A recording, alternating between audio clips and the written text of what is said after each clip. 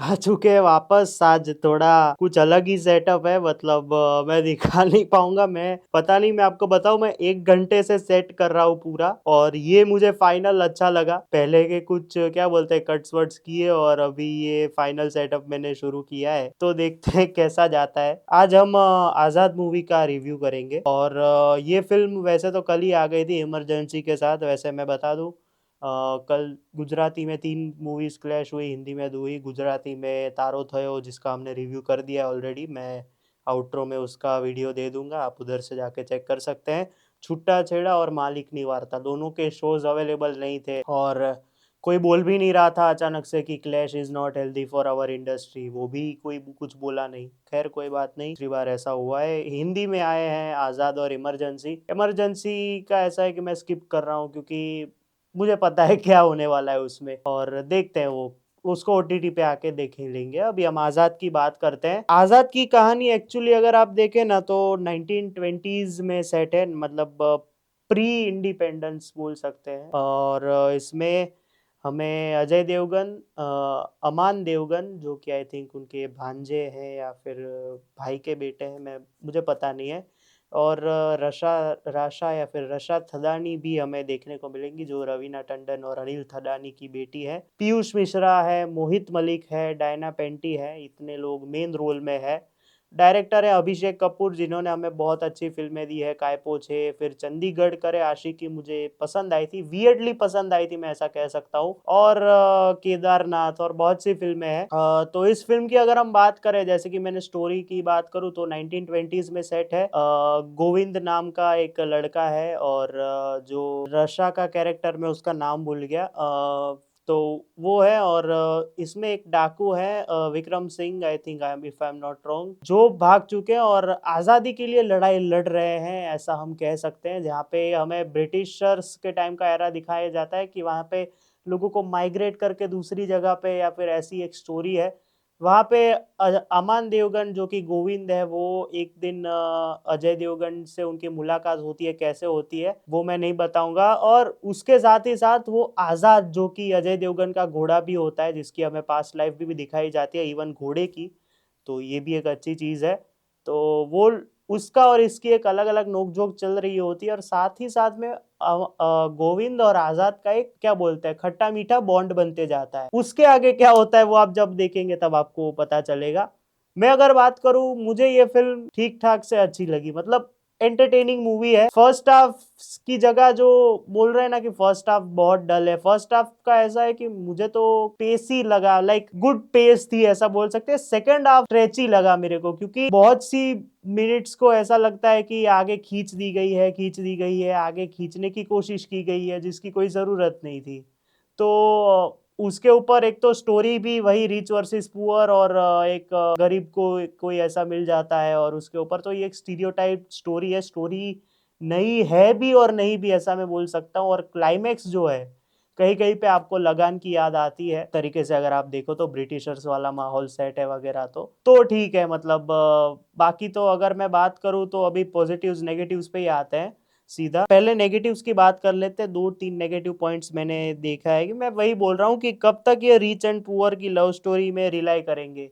मतलब rich and poor की कोई, मतलब वो जो होता है ना कि वो स्टोरी ठीक है, मतलब एक की एक तरीके से। अभी ऐसा हो गया, या तो अभी नए रूप में जैसे सैराट में था रिच एंड पुअर का, इसमें होता है, या फिर पहले के जमाने में 19 लेट 40s 20s की रिच एंड पुअर की स्टोरी होती है, या तो फिर उसके बाद की होती है। फिर उसका एक अलग फ्यूचर आ जाता है कि हम भले ही वो गरीब थी और मैं अमीर था, लेकिन आज भी हम इतने बूढ़े होके और उनके बच्चे आ गए, तो ऐसे नए नए ये लोग फ्लेवर्स ऐड करते जाते हैं। तो मेरा ऐसा मानना है कि ये रिच एंड पुअर का कॉन्सेप्ट ठीक है, लेकिन उस चीज पे रिलाय ऐसे ही एक स्टीरियोटाइप वे में करना, तो मेरे को नहीं लगता कि वो कोई सेंस बनाता है। प्लस उसकी जगह पे अगर हम बात करें कि क्या बोलते हैं उसको, एक नए वे में, या फिर ऐसा किसी ने सोचा ना हो कि यार, या फिर पता है कि ऐसा होगा लेकिन वो एक्सपेक्टेड ना हो, ऐसे वे में दिखाया जाए तो बेहतर रहता। दूसरी चीज ये है कि यार हर बार जो एक बड़ी घर की राजकुमारी या फिर जो होता है उसको, जो एक हीरो होता है उसको, यार मतलब उसके पास से ऐसा इमेजिनेशन में आइटम डांस करवाना, या फिर ऐसे रियल में ही वो आइटम डांस कर रही है, तो मेरे को ये पता नहीं क्यों हजम नहीं होता है कि यार ऐसा जरूरी क्या है। या तो उसको पहले से इमेजिन करवा दो या तो उसको रियल में नचवा दो, तो कोई सेंस नहीं बनाता। और वो गाने की बात मैं करूंगा, लेकिन ये ऐसा वो एक क्या बोलते हैं कि ये बॉलीवुड में ऐसे स्टीरियोटाइप्स बन गए कि अगर पहले की कहानी है तो ये चीज होनी जरूरी है, ये चीज जरूरी होनी चाहिए। फिर राजा महाराजा वाले डिसएग्री करेंगे, लास्ट में कुछ एक फाइट सीक्वेंस आएगा और लास्ट में हैप्पी एंडिंग। तो वही चीज बन रही है। और जैसे कि थर्ड नेगेटिव पॉइंट बोल तो सेकंड हाफ स्ट्रेची इसलिए है क्योंकि इंटरवल के बाद सीधा एक ट्विस्ट आता है जो कि एक्सपेक्टेड था, उसके बाद क्या होने वाला है वो भी एक्सपेक्टेड था एक तरीके से बोले तो।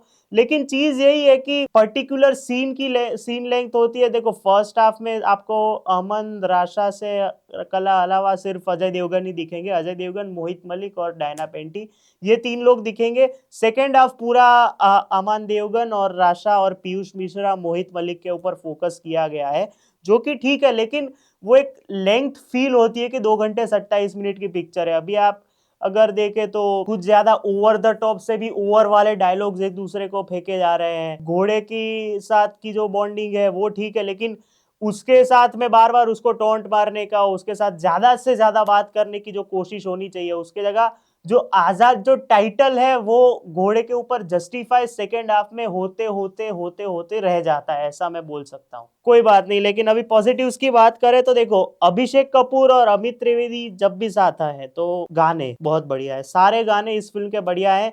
फिर वो तू आजाद है अरिजीत वाला हो या फिर अमित त्रिवेदी वाला हो या फिर बिरंगे हो, बिरंगे मेरे को ज्यादा पसंद आया इसमें से।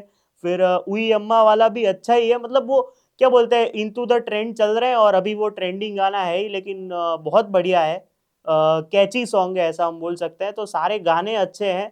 इमोशंस में कहीं कहीं पे ये लोगों ने क्या बोलते हैं वो पकड़ नहीं पाए हैं कि कोई गुजर गया तो उसमें भी यार मतलब चलो खत्म करो जल्दी जल्दी ऐसे करके जा रहा है तो कोई पॉइंट नहीं बन रहा। सिनेमेटोग्राफी बहुत अच्छी है, मतलब घोड़ा जब वो दौड़ रहा होता है तो एक साथ कितने घोड़े दौड़ रहे होते हैं क्लाइमेक्स में, घोड़े की रेस वाली जो चीज है उसमें भी जब वो घोड़े ऐसे यहाँ पे अगर मैं बैठा हूँ सेंटर में तो यहाँ से घोड़े जाते हैं, यहाँ से घोड़े जाते हैं, तो वो सराउंड साउंड की क्वालिटी बहुत बढ़िया है। और जैसे ही सबको पता है कि ये सराउंड साउंड की क्वालिटी इसलिए बढ़िया है क्योंकि मैं आज देखने गया था कॉम्प्लेक्स लग्जूरिया सिंधु भवन रोड में। बहुत सी चीजें हैं कहने के लिए इस जगह की कि आपको देखो बेवरेजेस, पॉपकॉर्न, अभी देखो कुछ फिल्मों के इंटरवल्स में, जैसे कि मैं अगर कोई क्लासिक फिल्म री रिलीज हो रही है, जैसे सत्या सत्या री रिलीज हुई है इधर, इसके इंटरवल पॉइंट्स हो या फिर कोई ऐसी फतेह जैसी मूवी हो कि गेम चेंजर हो, कोई भी मूवी के क्रंची इंटरवल सीक्वेंसेस में आपको बेवरेजेस में खाना पीना सब कुछ मिल जाता है। 3 स्क्रीन्स है, मैंने तीनों स्क्रीन्स एक्सपीरियंस किया और तीनों में साउंड सिस्टम एक थिएटर में बहुत इंपॉर्टेंट चीज होती है, मैं ऐसा बोल सकता हूँ। और इसमें डॉल्बी 7.1 के ऊपर वाला एक साउंड सिस्टम है, मैं ऐसा बोल सकता हूँ, क्योंकि बहुत बढ़िया है। स्पेशली जब ये गाने बजते हैं इस फिल्म के तो वो आपको देखने में या फिर सुनने में बहुत बढ़िया लगता है। कोई एक सिनेमा का एक पर्टिकुलर क्या बोलते हैं वैले पार्किंग नहीं होता इसमें, एक्सक्लूसिवली अगर मैं बोलूँ तो इसका पर्सनल वैले पार्किंग भी हमें मिलता है, जहाँ पे आप अपनी गाड़ी शांति से पार्क करके ऊपर जाके फिल्में देख सकते हो। रेक्लाइनर सीट्स है सारी। वैसे तो मैं कल बोलूं या फिर अभी सिनेमा लवर्स डे जब भी आए तो आपको यहाँ पे 99 या फिर 199 रेक्लाइनर्स है, इसलिए 199 की टिकट में आप कोई भी फिल्म देख सकते हो। ऑक्यूपेंसी इश्यूज का कोई टेंशन नहीं है आपके लिए, क्योंकि अगर आप अकेले भी जा रहे हो तो आपको बहुत ही फायदा रहता है।